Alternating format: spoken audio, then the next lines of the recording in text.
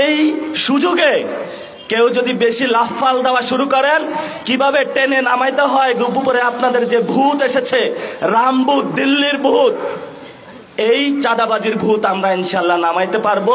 যাদের পকেটে 5ই আগস্টের পরে সিএনজি স্ট্যান্ড, বাস স্ট্যান্ড, দোকানপাট দখল করে গরম গরম টাকা হয়েছে, ওইগুলা বাড়ি দিলে সব টাকা থুইয়া তারপরে আবার বঙ্গোপসাগরের দিকে পালাইবে। আর সেটার জন্য সবাই প্রস্তুত হন। যদি বাংলাদেশে সংস্কার বাস্তবায়ন না হয়, বিএনপি সরকারের পতন আমরা করবো ইনশাআল্লাহ।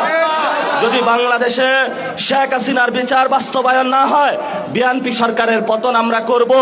আমরা ইনশাআল্লাহ সরকার গঠন করে শেখ হাসিনাকে ফাঁসিতে ঝুলাবো, আওয়ামী লীগের খুনিদের ফাঁসিতে ঝুলাবো এবং বাংলাদেশের সংস্কার বাস্তবায়ন করব।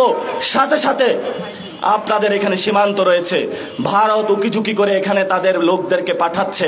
আপনারা শুনেছি কাস্তে নিয়ে রাতে পাহারা দিয়ে যার যা আছে সবাই বিজিবির সাথে দাঁড়িয়ে বাংলাদেশের সীমান্ত রক্ষা করেছেন বীর পুরুষদের মতো। আপনাদের মতন বীর পুরুষ যতদিন বাংলাদেশে থাকবে, ততদিন এই ডিসেম্বর অক্টোবরে যে শেখ হাসিনা গলে বাংলাদেশে আসবে, শেখ হাসিনারও আশা হবে না, মোদিরও আশা হবে না। আজাদির বাংলাদেশ ইসলামের সুমহান গৌরব নিয়ে দাঁড়িয়ে থাকবে। আমাদের বাংলাদেশের যেই মসজিদের শহর, সেই মসজিদগুলো দাঁড়িয়ে থাকবে। যেই মন্দির আছে, সেই মন্দির দাঁড়িয়ে থাকবে। যেই বাংলাদেশের তরুণ যুবা সবাই আজাদির স্বপ্ন নিয়ে বেঁচে থাকবে। এই যুদ্ধতে কেউ যদি আসে, কঠিন লড়াই হবে, আজাদির লড়াই চলবে। সেই আজাদির লড়াই আহ্বান জানিয়ে আমি আমার বক্তব্য শেষ করছি।